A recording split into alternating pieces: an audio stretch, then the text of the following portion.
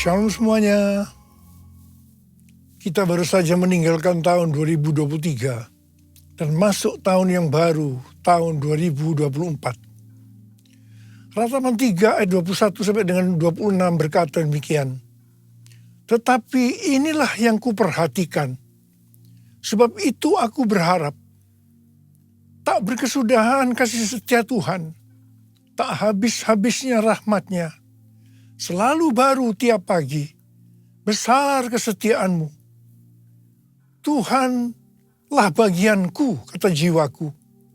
Oleh sebab itu aku berharap kepadanya. Tuhan itu baik bagi orang yang berharap kepadanya. Bagi jiwa yang mencari Dia. Baiklah menanti dengan diam pertolongan Tuhan. Judul perikop dari ayat yang kita baca adalah penghiburan dalam penderitaan. Setiap kita di tahun 2023 pasti mengalami dengan apa yang disebutkan sebagai penderitaan. Mungkin ada yang sampai putus asa atau putus pengharapan. Tetapi memasuki tahun 2024, kita harus mengubah paradigma dengan tuntunan Tuhan ini. Dalam ayat yang kita baca tadi, kita mendapatkan pelajaran yaitu pada waktu kita mengalami penderitaan, setelah kita memperhatikan apa yang Tuhan perbuat dalam hidup ini, maka kita akan mendapatkan pengertian sebagai berikut.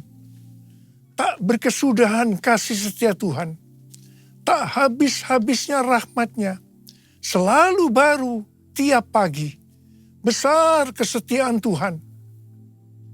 Kita sebagai orang yang percaya harus yakin bahwa Tuhan ada di dalam kita. Roh Kudus ada di dalam hati kita. Sebab itu kita harus mengambil keputusan memasuki tahun 2024 untuk hanya berharap kepada Tuhan, tidak kepada yang lain-lain. Tuhan itu baik bagi orang yang berharap kepadanya, bagi orang yang mencari Dia. Dalam menantikan pertolongan Tuhan, kita harus menanti dengan diam, dengan sabar, sampai Tuhan menolong kita. Mazmur 119 ayat 50 berkata, inilah penghiburanku dalam sengsaraku, bahwa janji-Mu memberi aku hidup. Haleluya!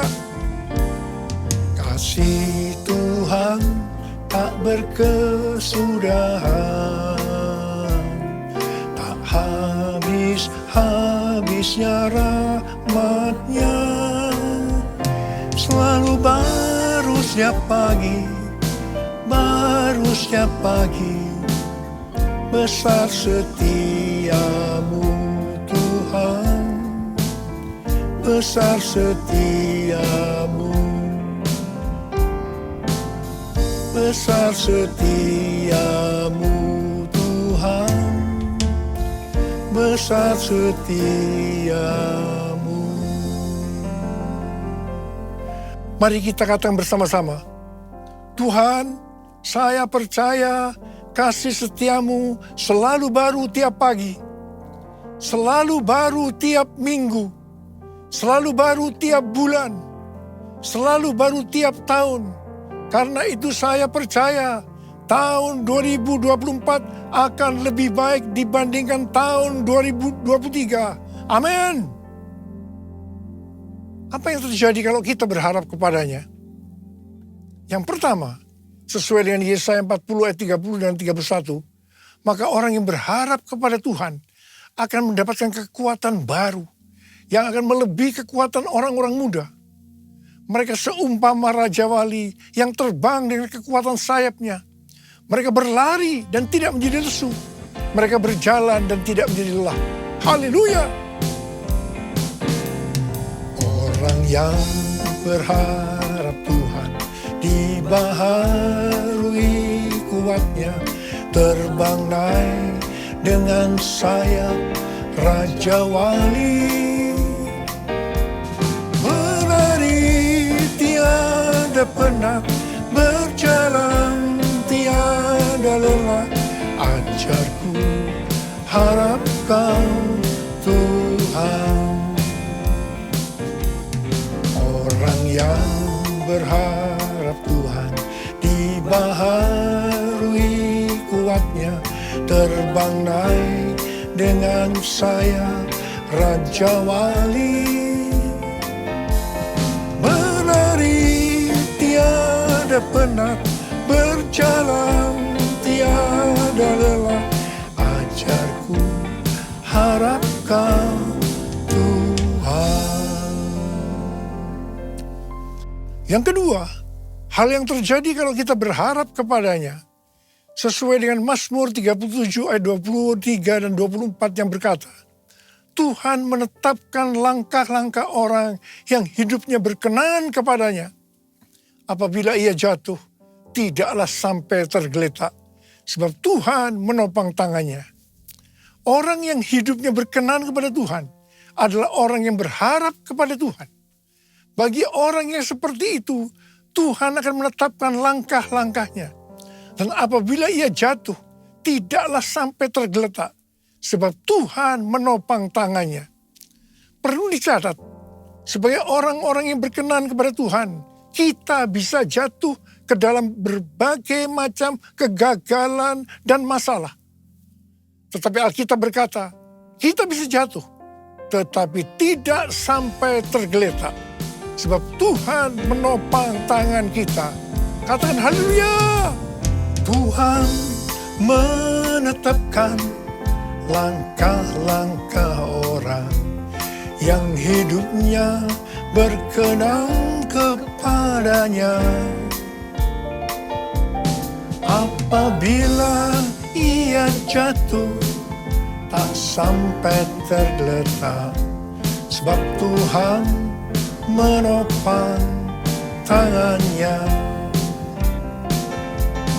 Tangannya, tangannya, oh tangannya, tangannya, sebab Tuhan menopang tangannya.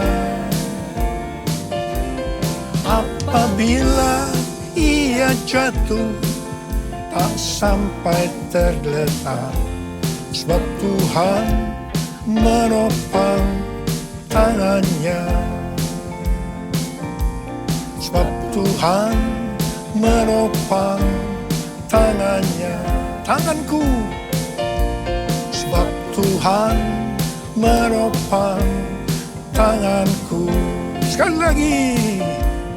Sebab Tuhan menopang tanganku.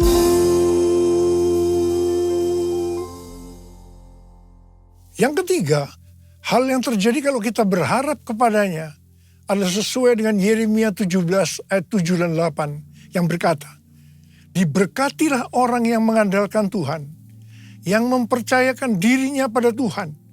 Ia akan seperti pohon yang ditanam di tepi air, yang merambatkan akar-akarnya ke tepi sungai dan tidak takut akan datangnya panas terik, yang daunnya tetap hijau, yang tidak khawatir dalam tahun kering, dan yang tidak berhenti menghasilkan buah. Haleluya.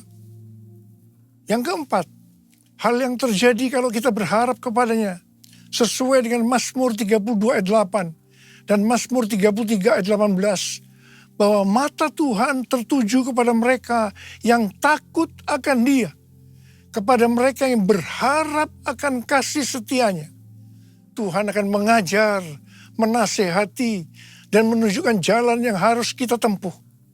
Tuntunan Tuhan ini akan kita mengerti hanya kalau mata kita tertuju kepada Dia.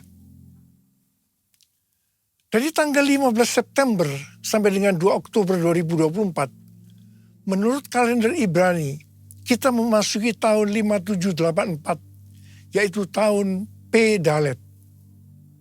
P Dalet artinya 84. P adalah angka 80, menggambarkan mulut. Dalet atau angka 4 digambarkan sebagai yang pertama pintu yang terbuka. Dan yang kedua, seorang dengan posisi membungkuk, menunduk, yang melambangkan kerendahan hati.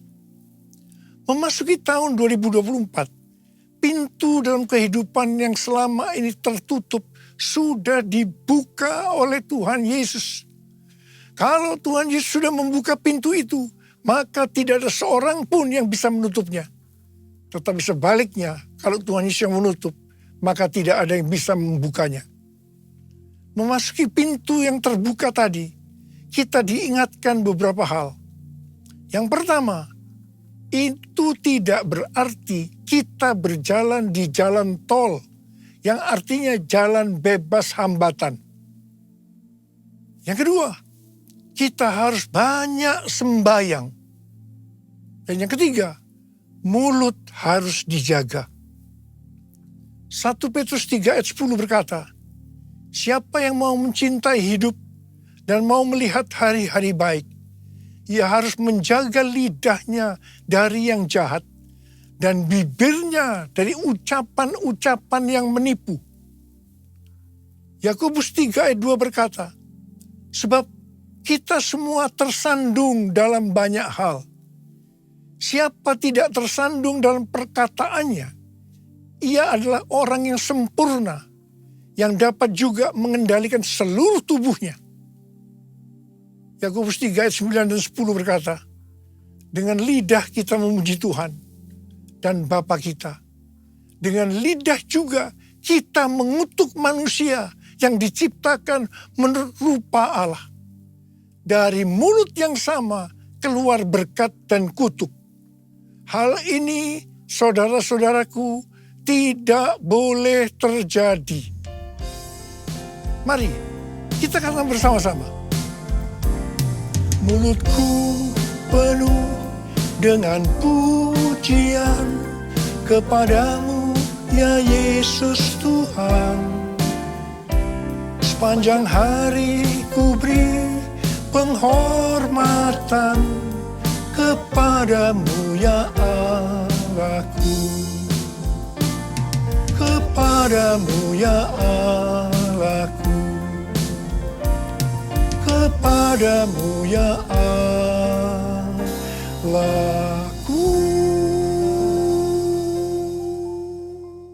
Hal yang keempat yang harus kita perhatikan untuk memasuki pintu yang terbuka adalah kita harus rendah hati. Ingat, Allah menentang orang congkak, tetapi mengasihani orang yang rendah hati. Kita baru saja memasuki tahun 2024. Tuhan memberikan tema untuk tahun 2024. Bahwa tahun 2024 adalah tahun untuk bangkit. Jadi teranglah. The year to arise and shine. Ayat emasnya adalah Yesaya 60 ayat 1 dan Imamat pasal 6 ayat 12 dan 13. Yesaya 60 ayat 1 dan 2 berkata, bangkitlah, menjadi teranglah, sebab terangmu datang dan kemuliaan Tuhan terbit atasmu. Sebab sesungguhnya kegelapan menutupi bumi dan kekelaman menutupi bangsa-bangsa. Tetapi terang Tuhan terbit atasmu dan kemuliaannya menjadi nyata atasmu. Memasuki tahun 2024, pencurahan Roh Kudus Pentakosta ketiga akan semakin dahsyat.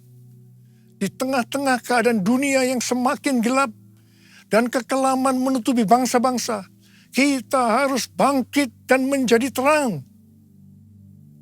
Sama seperti bangsa Israel telah menerima terang Tuhan dan memiliki tugas untuk menjadi terang.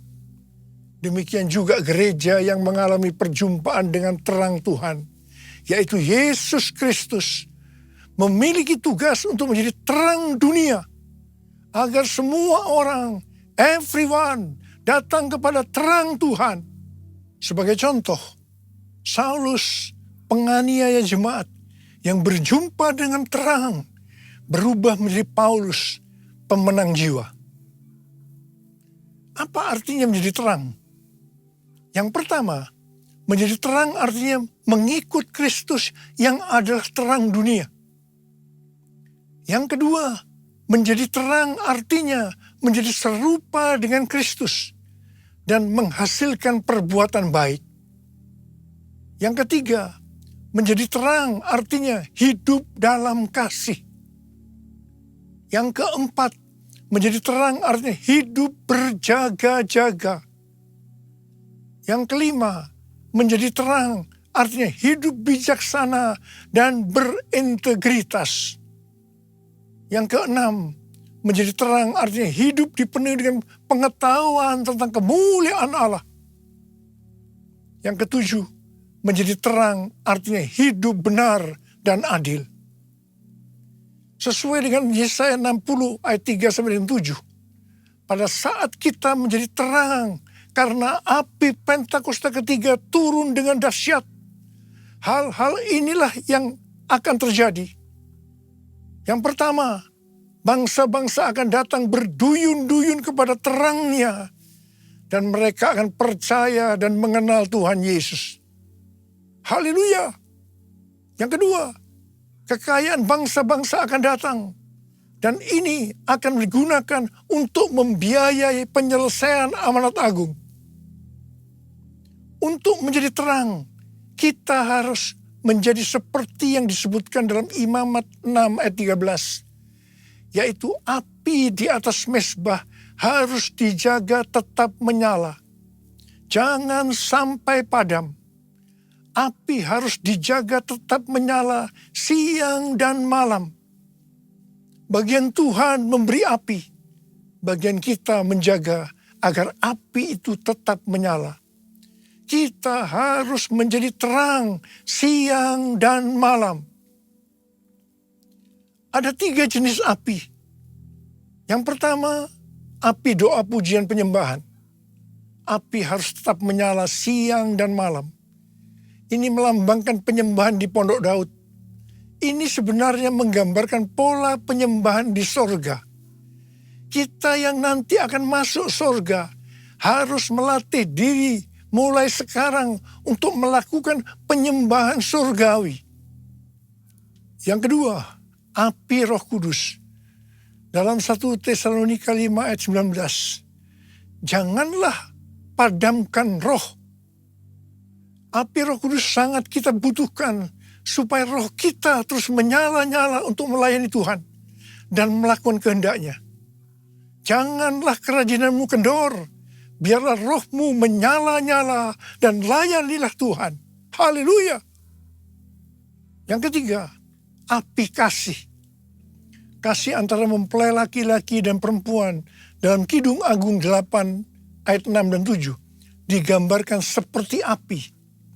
Bahkan seperti nyala api Tuhan.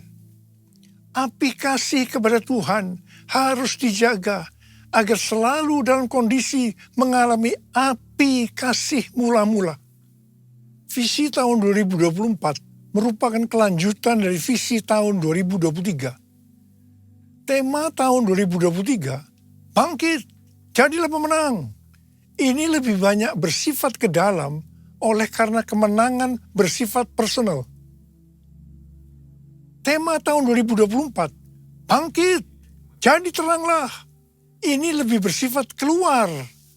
Karena menjadi terang itu kepada banyak orang di luar dari orang itu sendiri. Ini tidak mungkin terjadi sebelum kita mendapatkan kemenangan secara personal.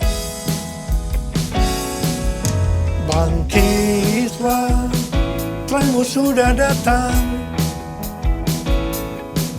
Bangkitlah, terangmu sudah datang. Kemuliaan Tuhan telah terbit. Kemuliaan Tuhan telah datang.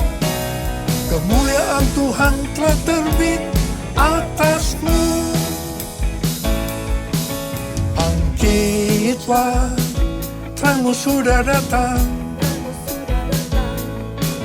Bangkitlah, terangmu sudah datang. Kemuliaan Tuhan telah terbit. Kemuliaan Tuhan telah datang. Kemuliaan Tuhan telah terbit atasmu. Atasmu. Atasmu. Pastor D adalah seorang nabi yang selalu mendoakan saya sudah lebih dari 3 tahun. Dia mendapatkan nubuatan pada waktu Rosh Hashanah, yaitu 15 September 2023. Dan ini berlaku untuk akhir tahun 2023 sampai tahun 2024. Yang pertama dikatakan, tahun ini adalah tahun tiba-tiba, suddenly. Yang kedua, baptisan api atau pemurnian gerejanya dan turunnya kemuliaan Tuhan akan datang secara tiba-tiba. Yang ketiga, penuaian jiwa akan datang secara cepat. Mereka berbondong-bondong masuk ke dalam kerajaan Allah. Mereka datang dari berbagai lapisan masyarakat, orang tua dan anak-anak muda dari berbagai macam latar belakang. Yang keempat, anak-anak muda menjadi sangat lapar dan penuh gairah untuk Tuhan. Mereka perlu dilatih untuk penyembahan, worship. Mereka akan melihat tanda dan mujizat yang dinyatakan di depan mata mereka. Yang kelima, ini adalah tahun pintu terbuka. Dan melalui pintu itu akan ditemukan tujuan atau destiny ilahi.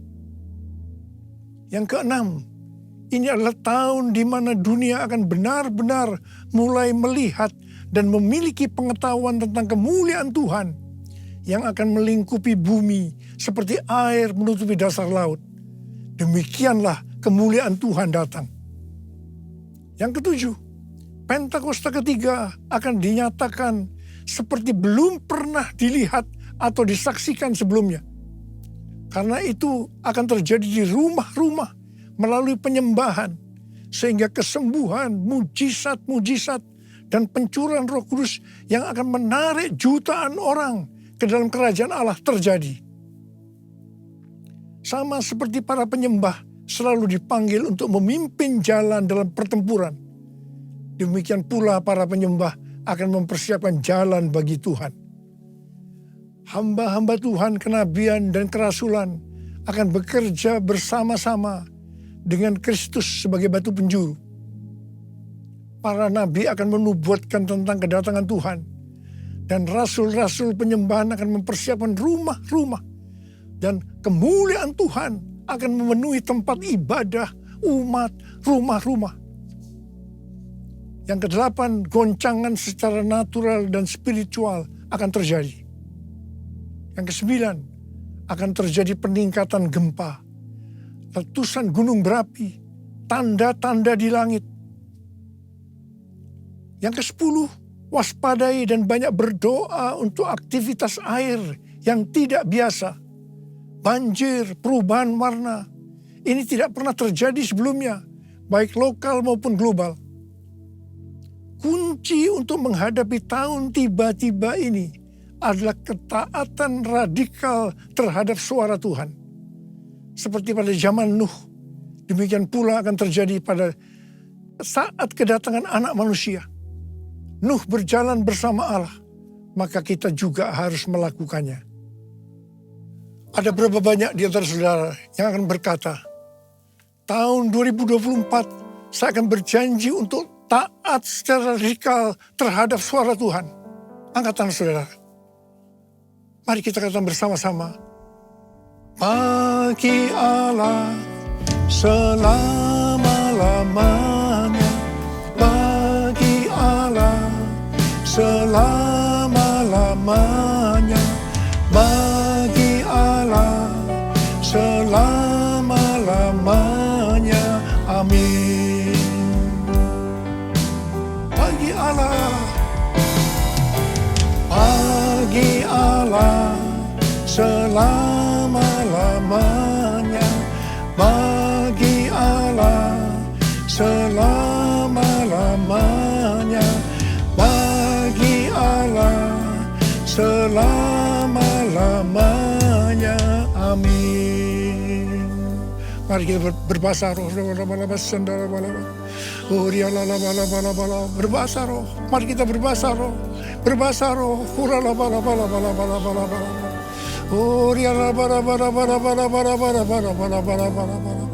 Oh, Tuhan, curahkan pengurapan-Mu buat kami semua Tuhan. Memasuki tahun yang baru, tahun 2024. Curahkan pengurapan-Mu buat kami semua. Terima pengurapan Tuhan. Terima pengurapan Tuhan. Terima kasih. Terima kasih. Dalam nama Yesus. Amin. Mari, saudara-saudara, kita akan masuk dalam perjamuan kudus. Kita akan mengingat ayat ini. Sebab setiap kali kamu makan roti ini dan minum cawan ini, kamu memberitakan kematian Tuhan sampai Ia datang. Perjamuan kudus adalah perjamuan Tuhan Yesus sendiri. Setiap kali kita masuk dalam perjamuan kudus, Tuhan selalu berbicara kepada kita, biarlah ini menjadi peringatan akan aku. Biarlah ini menjadi peringatan akan aku. Karena itu mari, arahkan hati kita, pikiran kita kepada kebaikan Tuhan. Mari kita tundukkan kepala. Bapa, siapakah kami sebelum kami mengenal Engkau? Kami semua orang berdosa. Upah dosa adalah maut, mati. Tapi Engkau yang tidak berdosa telah dijadikan dosa oleh karena kami, ya Tuhan. Engkau harus turun dari surga mulia. Mati ganti kami dengan penderitaan yang luar biasa. Sungguh kalau kami pikirkan betapa baiknya Engkau, ya Bapa. Ya Bapa, Engkau jadikan kami sebagai anak-anak-Mu. Engkau tuntun, Engkau bela, Engkau lindungi, Engkau berkati. Engkau tegur, Engkau hajar kalau kami salah, ya Tuhan. Itu Engkau, ya Abah. Itu Engkau.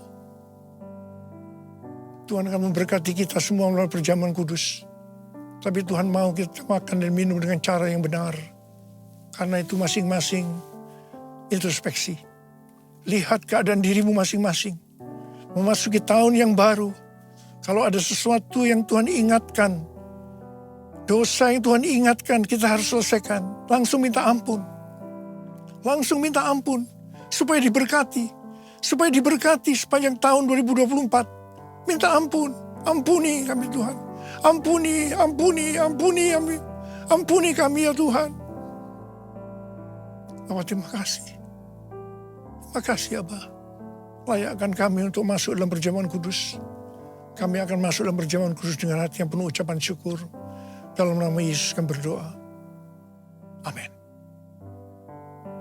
Sekarang mari angkat roti di tangan kanan kita tinggi-tinggi. Sebab apa yang telah kuteruskan kepadamu telah aku terima dari Tuhan. Yaitu bahwa Tuhan Yesus pada malam waktu Ia diserahkan mengambil roti. Dan sesudah itu Ia mengucap syukur atasnya. Ia memecah-mecahkannya dan berkata, inilah tubuhku yang diserahkan bagi kamu. Perbuatlah ini menjadi peringatan akan aku. Saudara dikasih Tuhan, bukankah roti yang kita pecah-pecahkan ini adalah persekutuan kita dengan tubuh Kristus? Mari kita makan dalam nama Yesus.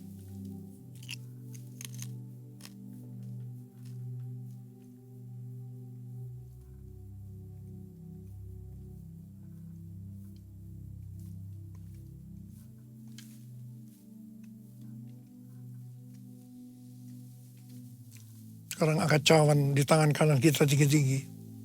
Demikian juga yang mengambil cawan sudah makan lalu berkata, cawan ini adalah perjanjian baru yang dimeteraikan oleh darahku. Perbuatlah ini. Setiap kali kamu meminumnya menjadi peringatan akan aku. Saudara dikasih Tuhan, bukankah cawan pengucapan syukur? Yang atasnya kita ucapkan syukur adalah persekutuan kita dengan darah Yesus. Mari kita minum dalam nama Yesus.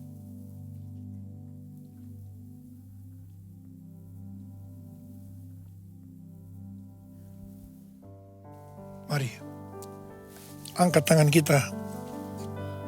Ucapkan syukur dan terima kasih kepada Tuhan dengan suara, jangan diam. Tuhan, terima kasih ya Tuhan. Terima kasih ya Tuhan, terima kasih. Terima kasih ya Tuhan, terima kasih ya Tuhan. Bapa, terima kasih. Memasuki tahun 2024, tahun yang baru Tuhan. Engkau menyembuhkan yang sakit. Engkau menyembuhkan yang sakit, membebaskan yang terikat, menghibur yang susah, menguatkan yang lemah, memberikan pengharapan-pengharapan yang baru bagi yang datang dengan putus pengharapan. Terima kasih Tuhan. Sembuh dalam nama Yesus. Sembuh dalam nama Yesus. Sembuh dalam nama Yesus. Makasih. Makasih. Terima kasih Yesusku. Terima kasih Yesusku. Puji syukur hanya bagi Tuhanku. Terima kasih Yesusku. Terima kasih Yesusku. Puji syukur hanya bagi Tuhanku. Terima kasih. Terima kasih Yesusku. Terima kasih Yesusku. Puji syukur hanya bagi Tuhanku. Terima kasih Yesusku. Terima kasih Yesusku. Puji syukur hanya bagi Tuhanku. Puji syukur hanya bagi Tuhanku. Puji syukur hanya bagi Tuhanku.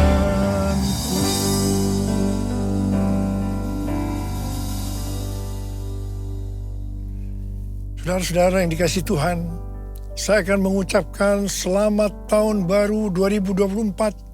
Tahun untuk bangkit jadi teranglah. The year to arise and shine. Tuhan Yesus memberkati saudara semua berlimpah, limpah, limpah. Amin. Mari angkat tangan kita semua. Terimalah berkat Tuhan. Kasih karunia yang berlimpah-limpah dari Allah Bapa dalam anak yang tunggal Yesus Kristus. Persekutuan yang manis dengan Roh Kudus menyertai kita semua mulai hari ini. Sampai Tuhan Yesus datang menjemput kita di awan-awan dan bahkan sampai selama-lamanya. Yang percaya bersama-sama katakan, Amin.